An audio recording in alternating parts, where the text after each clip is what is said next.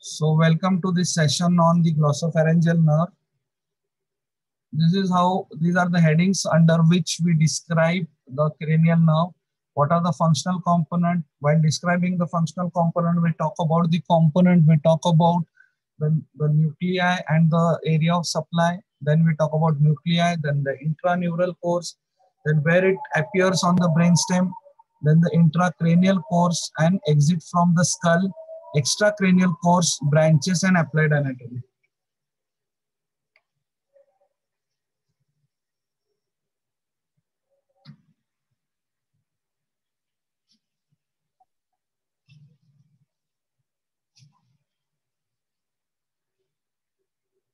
So these are the functional components, very easy to remember in case of the glossopharyngeal nerve. Too special, too general.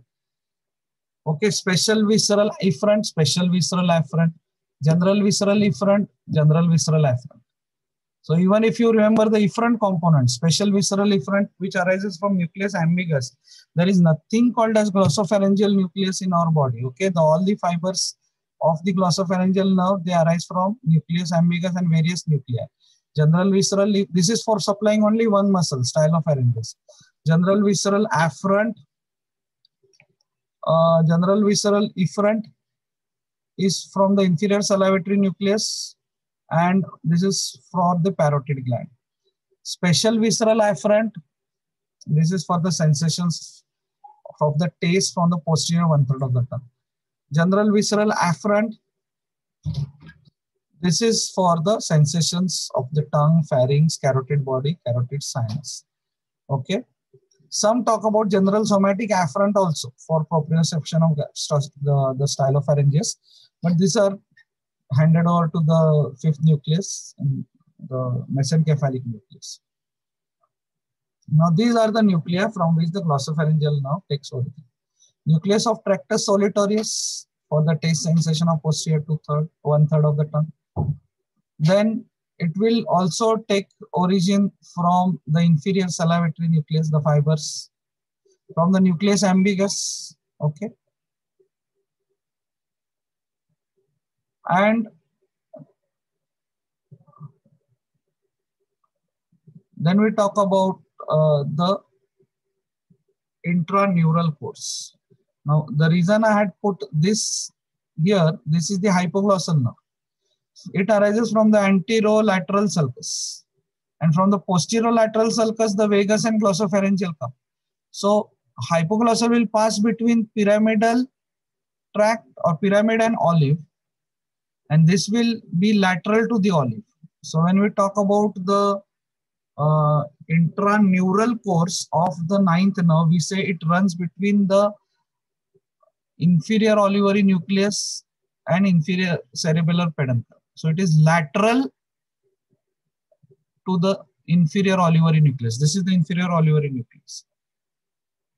While hypoglossal nerve is medial to the inferior olivary nucleus, lateral to pyramid. And glossopharyngeal is lateral to the inferior olivary nucleus. So here we see, this is the better diagram, this is the central part, then this is the anterolateral sulcus, this is the median sulcus, anterolateral sulcus, posterior. From the anterolateral sulcus, the 12th nerve, and posterolateral sulcus, the 9th, 10th, and 11th nerve. So it is attached to the posterolateral sulcus on the brainstem by 3 to 4 ligaments. The ligaments unite more laterally to jugular foramen, and the exit from the skull is from the jugular foramen. So if this is a very nice diagram of the jugular foramen, structures passing through jugular foramen. Most anterior is inferior petrosal sinus. Most posterior is internal jugular vein. Between them is glossopharyngeal nerve, vagus, and accessory nerve. Okay. Now, you also remember the structures passing between the internal and external carotid artery.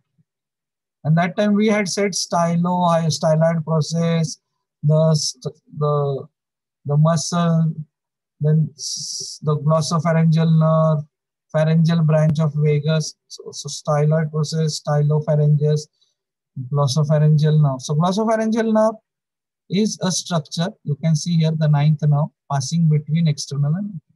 So once it comes out of the jugular foramen, it is in the carotid sheath for some part and then passes between external carotid artery and internal carotid artery.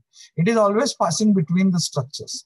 Then when you study the pharynx, there are three constrictor muscles of the pharynx: superior constrictor, middle constrictor, inferior constrictor.